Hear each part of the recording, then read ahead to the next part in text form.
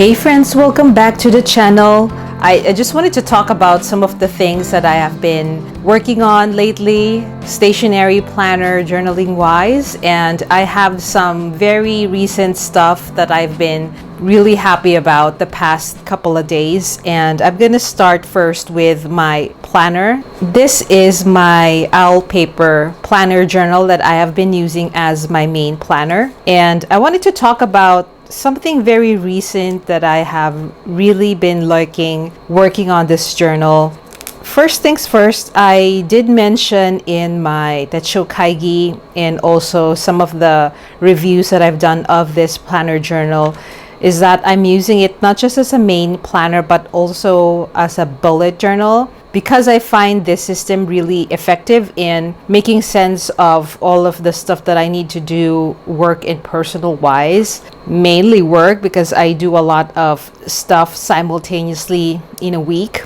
And I wanted to talk about some of the things that I find helpful for me. So let me just go through something very recent that I did. Was that, as you know, in the daily section, because this is just blank note pages here that I use as dailies, and I fill it up rapid log style, and I also have a dashboard up at top to help me kind of like summarize the day, and that goes into my journal where I talk about everything and anything that is on my mind. And one thing that I really appreciate lately is because writer Carol, the inventor of the bullet journal method, has always been revamping the process with the help of other bullet journalers in the community. And the fact that the method keeps on evolving keeps it fresh and keeps it relevant, and I really appreciate that. And the dashboard system is what I have adopted quite recently, sometime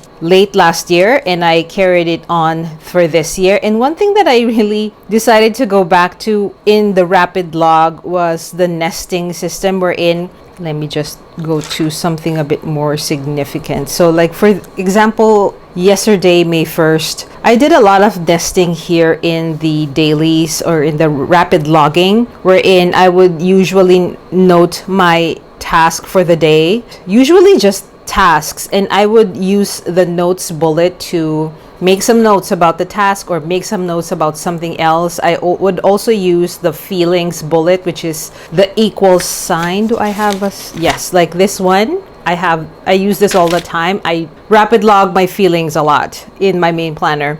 And one thing that I really appreciate is that I was reminded very recently about one of the most recent posts by the bullet journal team and writer about ADHD in bullet journaling, and that you should not make an excuse, or rather, it's not really making an excuse. It's all about adapting the bullet journal to your needs, because that is what this is designed for. And one thing that I came across is to be true to rapid logging. Why do I say that? Because this is what my regular rapid logging looks like. Sometimes it's really short. Sometimes it's really just about logging in certain tasks. And you can see that here I use the task bullet very often, the events bullet. I also incorporated this heart bullet for stuff that I'm grateful for.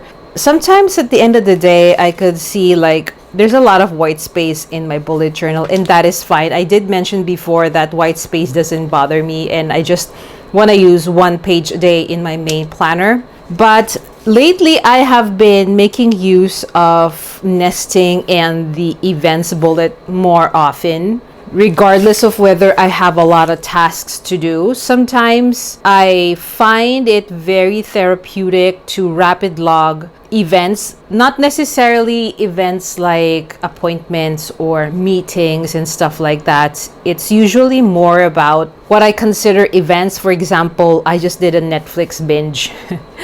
I am rewatching Criminal Minds, and I put that in as an event, and I made some notes. Sometimes I would also use the feelings bullet under the events to talk about what I was feeling that particular moment about that event. And I find that when I do this kind of system, it fills up the page really fast, and I like I do like seeing a lot of stuff in my page, because for me, putting all of this information on the page relieves my head from thinking about all of these things and ruminating about all of these things. So instead of it living in my head, I just slap it on the paper and it looks really well lived. I mean, my planner looks well lived, which I really love. That doesn't mean to say like on days wherein it's like really very sparse, like in my other dailies, whether it's long or not, whether it's the page is filled up or not, it doesn't matter. But lately I find it really therapeutic to be doing it like this, and I'm able to process things a little bit more, be more in tune with my emotions, and not let my emotions dictate what I need to do, because I am that kind of person. I react to a lot of things emotionally. Sometimes I act before I think. I'm a person driven by emotions a lot, and I have to always take a step back and pause so that I can think things through before saying or doing anything. It has put me in a lot of trouble many times before, and I find that doing this helps me a lot, especially during stressful moments in the day or in the entire week. Like the past couple of weeks has been really very challenging for me mental health wise. I get triggered a lot. I get annoyed very easily, maybe because I am in perimenopause. I don't know. I have not done any tests or confirmed anything with my doctor, but that is my suspicion that my patience has been through the wire for not just weeks, I guess, also months. And it's like very unsettling for me because I'm not that kind of person. I just want to share that doing this, like being intentional and reflective in my journal, helps me to process things through, relieve my brain with a lot of things that I'm thinking about. And in that process, when I commit this into my main planner, I'm also not really migrating, but more of like processing things further in my journal. I do have a dedicated journal wherein I talk about all of the things long form wise. This one is a little bit more perfect for rapid logging, for short form journaling, and that gives me a lot of like prompts or a lot of things that I can flesh out in my main journal. So this is what I wanted to share about my main planner. It's like, yes, it is my productivity partner. It is also my mental health buddy, because this is the one that I bring with me every day. I can leave behind at home my main journal, like my long form journal notebook, my health planner, but this one I bring with me every day, or at least I touch this every day. So I am really grateful for this little thing that I keep with me every single day. And again, this is the Owl Paper Planner Journal by Marissa Porter. I really love this planner journal. It's made with Tomoe River paper, and I have no problems with this planner. The paper is exceptional. I have no issues with feathering, bleed through, and stuff like that. And I have been using fountain pens a lot. Majority, or like 99% of this planner is written with fountain pen and fountain pen ink. Yes, there's ghosting, but it's not atrocious. There's like minor ghosting, but I really love this paper so much. It's like Tomoegawa, the OG paper, and I love that. I hope that when I do get to purchase this again for next year, it will have the same consistency. But I've been toying about the idea of buying another set of this, even if it's dated 2025. I have no issues redating planners as long as the paper is really up to my expectation and up to the standard of this paper. It's Tomoe River, right? We have been talking about the issues of the Sanzen Tomoe River paper ad nauseum.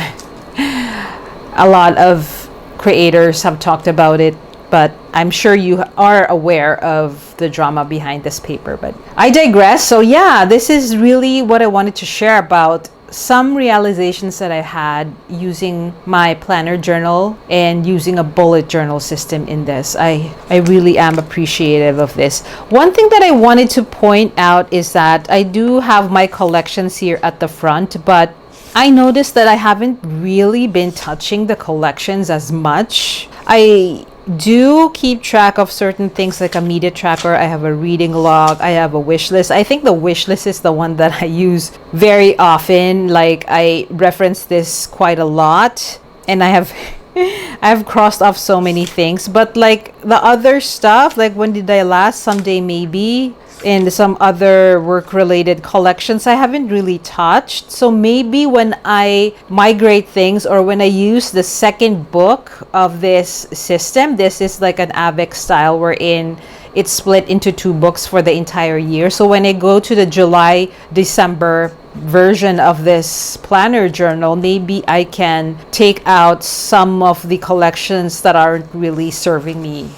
You know, I'm not really referencing some of these, so I want to save up on the paper instead. Maybe I'll keep a couple, like the media tracker and wish list, maybe the reading log. Maybe these 3 I will keep, the rest probably not, because I keep track of them elsewhere, like in the monthly section, because the monthlies of this planner journal have a blank spread that you can use. So I have already begun to set up for May. So this is how I set up the blank spread in between the months. So to show you what a blank spread looks like. So it's just plain grid paper. You can do whatever you want. And I have used this mostly as end of month reflection / beginning month, right? So this is relegated to the end of month. This is for the upcoming month, so that I can reference back to see whether some of the stuff that I have reflected on or want to accomplish, because I migrate things here,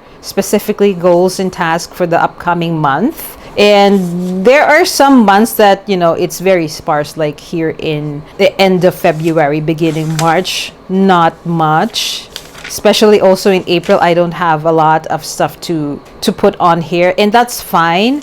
I use it as much as I need to use it. So I've set it up for May, and I will start filling this section up. And so far, this system that I had is working really well. I don't see myself changing things, because so far this has been working really well regardless of the season of my life. I tend to get busy at the second half of the year, but so far so good. Even if there has been some lull moments throughout the beginning of the year until now, I still like how I have really settled in this system, and the fact that this feels like home to me. I really loved it. So I hope that you're also enjoying your planner system so far. If you have changed, let me know. I am really always very curious about other people's systems, how it has been working for them. So just wanted to share what I have been doing so far in my planner journal. All right, I wanted to share this. This is the most exciting part for me in this video. I have never done a pen related content on my channel, and this is the first time, but it's not the first time that I've had or used fountain pens. I have been using for over a year now. I am still considering myself a newbie into this hobby, but I have accumulated so much so far. And I wanted to share these 2 things that I've recently purchased. I started using fountain pens, most particularly last year. I was introduced into this hobby by my sister. She is the one who has amassed quite a collection. My collection is quite different from my sister's, because hers is like using a lot more of the famous branded, really high quality, or like very famous kinds of brands for fountain pens. I'm having a hard time justifying fountain pen purchases of a certain amount, like $50 and above. I find it really very difficult to bite the bullet, and I guess that is a positive thing for me. But for some reason, I tend to be buying a lot more Chinese pens. In case in point, this Hongdian, I this is not the first Hongdian pen that I have several, but I really find Hongdian pens to be quite reliable given their price. Their price is really affordable and the quality is really top notch. By quality, I mean their writing capability. And I got this Hongdian M2 in the brown color. It's like a dupe of the Kaweco. I'm not sure if this is aluminum, but it's definitely not plastic resin. I love so much this color when I first saw it in the pictures, and in person it's even more gorgeous. It is like the brown color, but sometimes depending on how the light hits the body, it can sometimes give off a dark green tint, and for a time I thought that maybe I bought the wrong color, but yeah, in white light it is the brown one. The reason why I am buying a lot of brown fountain pens is because I want to build a collection of coffee-based themes of fountain pens, and that includes brown colored pens. So I'm slowly building that collection because previously I have been buying fountain pens willy-nilly without any thought of any particular theme, or do I want to collect all of a certain brand's models. But I'm a fountain pen newbie and also a coffee aficionado, and I thought maybe I should do that because there has been quite a number of fountain pen brands that have released coffee themed pens, and I want to build that collection. So starting today, or starting like this month, I have been slowly getting into that theme, and this is the Hongdian M2. I'm not gonna do a very in-depth review. There are a lot more fountain pen channels that do a greater job in doing this, but I just really wanted to show off this one. It's like a pocket pen, so if you are familiar with Kawecos, this is roughly the same size as a Kaweco, and it fits really well in my hand. I have small hands. That's why I think this kind of size fits my hand really well. For some reason, the Kaweco, I think it's okay. I have a Kaweco Sport, but it's not in this kind of material. It's like plastic resin. It's light on the hand, and for some reason I'm not using it as often. But this one, it has some heft, not so heavy, but it has, I feel like, the right weight for my hand, for the size of my hand. And I'm going to be inking this up later. I just wanted to show off how gorgeous this body looks like. It's like brushed aluminum. I'm not sure if I'm saying my materials right. Please correct me if I'm wrong, but I'm really excited how this will patina over time. I don't think this is a brass pen, but it does have like an aluminum feel to it. It has some heft to it. I just love this clip. The clip is not so tight, and I cleaned the nib actually, so it's a little bit damp, and it is a converter fountain pen. Yep.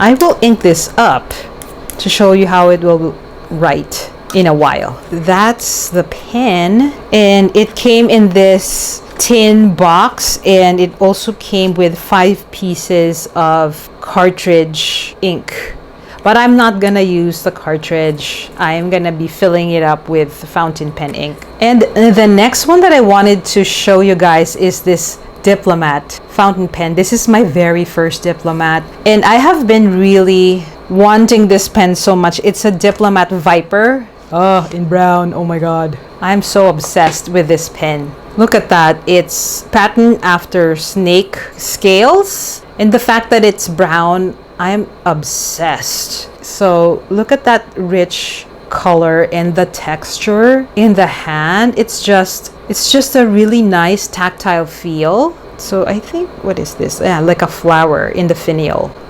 Oh, it's not showing up. Anyway, it's like a flower embossing.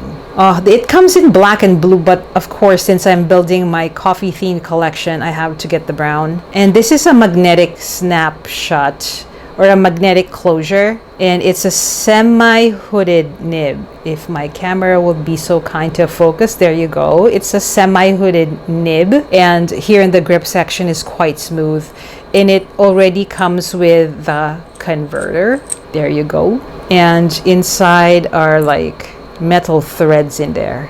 I'm not sure if you'll be able to see it. Yeah, there. So the make of this, the material of this pen is really top-notch, quite a good quality, and it does post.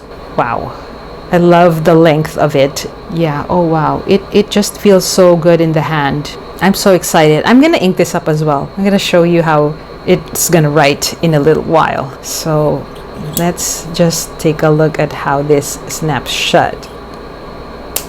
Wow, so satisfying. It's magnetic.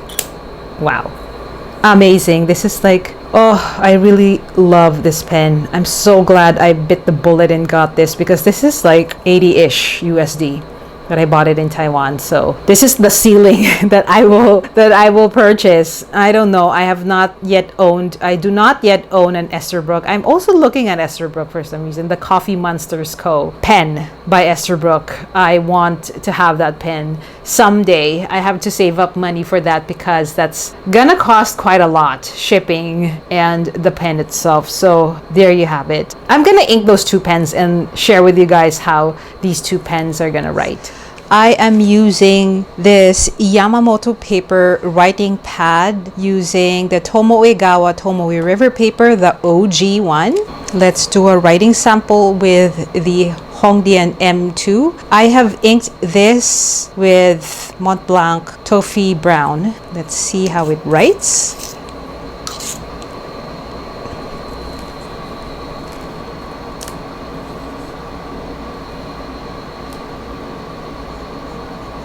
Wow.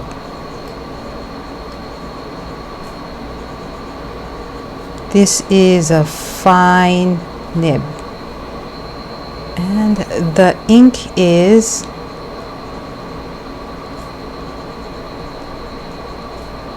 Mont Blanc Toffee Brown. All right. The nib is smooth. There is very little feedback. I'm using a pencil board underneath, so that's probably the reason why. But out of the box, the nib writes so smooth. And this is really just a really good brown ink. I love brown inks. As I've said so many times, I really love that. Fairly wet. Let's just do a reverse writing here. Oh, not very good with reverse writing. It's suddenly dry, but out of the box writes so smooth. Wow.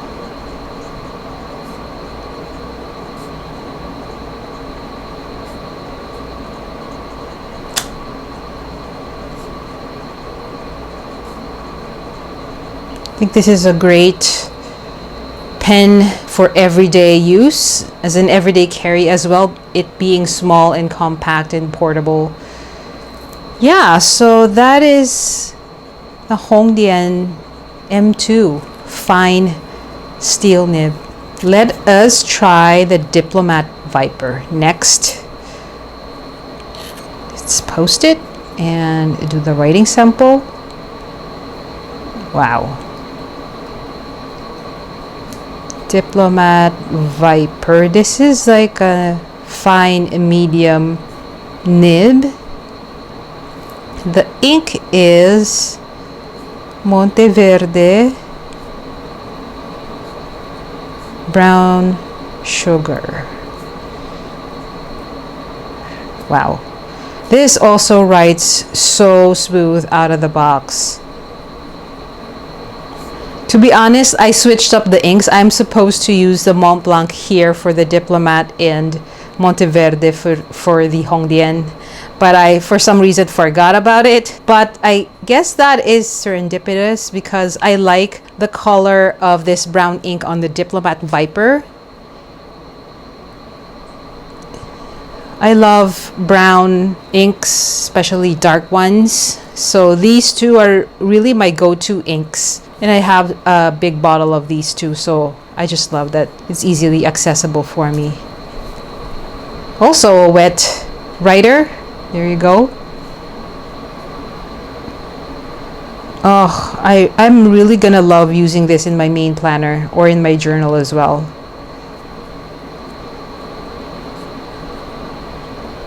I feel like I write a lot better with this kind of pen.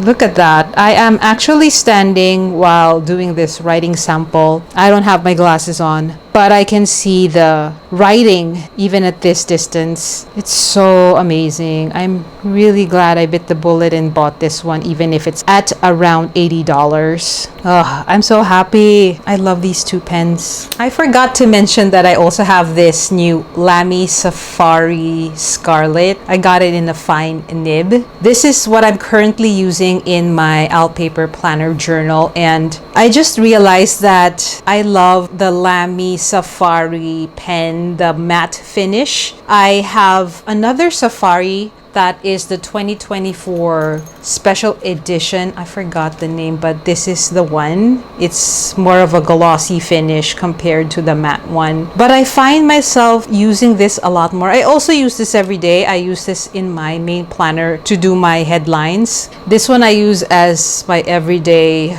workhorse pen. Tactile feel of a matte finish Lamy Safari pen is really nice. There is smoothness to it, but also very faint texture on it. And I have inked it up with Pilot Iroshizuku's Shungyo. I just want to show you because I used a different ink on this before. I used the Lamy Sepia, the new Lamy Sepia ink, but I realized that the Iroshizuku Shungyo works well, like the perfect match for this pen color. This is the Scarlet, but it's more of like a plum. Everybody says it's like a plum color, and I agree. It's nothing, there's nothing scarlet about this. There's nothing reddish. Maybe there are some red undertones, but overall the body is like a plum color. So I just want to show you how it writes. This is a fine nib, so this is a Lamy Safari Scarlet and a fine nib. And I inked this up with the Pilot Iroshizuku Shungyo. See, it's like the color is very similar. And I think this is maybe, yeah, it's like I feel like this is the fine medium kind of nib as well, because it's a little too thick for my liking for a fine nib, but I still love this thickness of the nib itself, and it writes smooth. There is also still a little bit of feedback even when I'm using it in my main planner without a pencil board. And this is also a wet writer. I'm not sure if you're hearing that sound, but there is some feedback to it. But I love it. I just wanted to show it off. I love Lamy. So there you have it. I just want to thank you all for your time and for your support in this channel. And if you'd like to see more content from me, please consider subscribing, liking, and commenting on this video. And I will see you in the next one.